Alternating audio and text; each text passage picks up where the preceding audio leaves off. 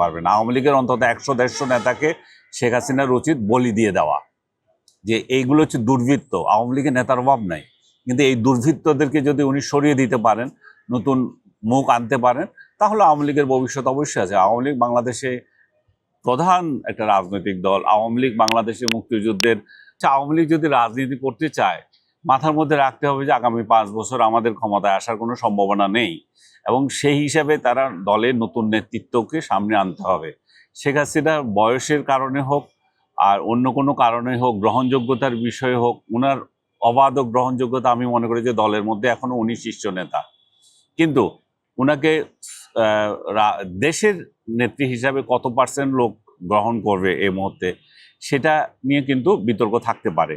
তো ওনার আগামী 5 বছর পরে যদি ওনারা যদি টার্গেট করেন যে আমরা ক্ষমতায় আসবো, দেখা যাক, তখন হয়তো পারতেও পারে যদি মানুষের পারসেপশন যদি চেঞ্জ হয়। কিন্তু এই মুহূর্তে মানুষের পারসেপশন আওয়ামী লীগের পক্ষে জনমত আছে, এটা অস্বীকার করছে না, কিন্তু এটা সরকার গঠন করার মতো না।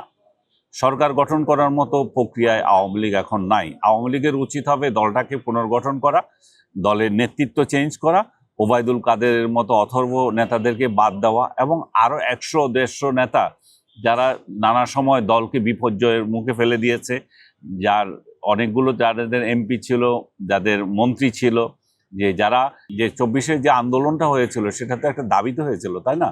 এই দাবির যারা সমাধানে ব্যর্থ হয়েছিল, যারা আপনি যেটা বললেন বেগবান করেছে আন্দোলনকে, বরং উস্কিয়েছে, এখানে জ্বালানি দিয়েছে, তাদেরকে যথাযথ সাজা না দিয়ে আওয়ামী লীগ সামনে আসতে পারবে না। আওয়ামী লীগের অন্তত 100-150 নেতাকে শেখ হাসিনার উচিত বলি দিয়ে দেওয়া, যে এইগুলো হচ্ছে দুর্বৃত্ত। আওয়ামী লীগের নেতার অভাব নাই, কিন্তু এই দুর্বৃত্তদেরকে যদি উনি সরিয়ে দিতে পারেন, নতুন মুখ আনতে পারেন, তাহলে আওয়ামী লীগের ভবিষ্যৎ অবশ্যই আছে। আওয়ামী লীগ বাংলাদেশে প্রধান একটা রাজনৈতিক দল। আওয়ামী লীগ বাংলাদেশের মুক্তিযুদ্ধের অগ্রগণ্য একটা দল, যার নেতৃত্বে বাংলাদেশে মুক্তিযুদ্ধ হয়েছে, যার নেতৃত্ব দিয়েছেন আমাদের জাতির পিতা বঙ্গবন্ধু শেখ মুজিবুর রহমান।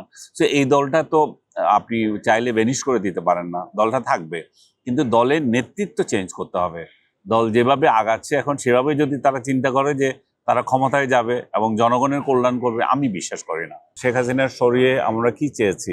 আমরা চেয়েছি একটি গণতান্ত্রিক সমাজ, যেখানে গুম খুন থাকবে না, যেখানে চাঁদাবাজি থাকবে না, যেখানে হত্যা হানাহানি থাকবে না,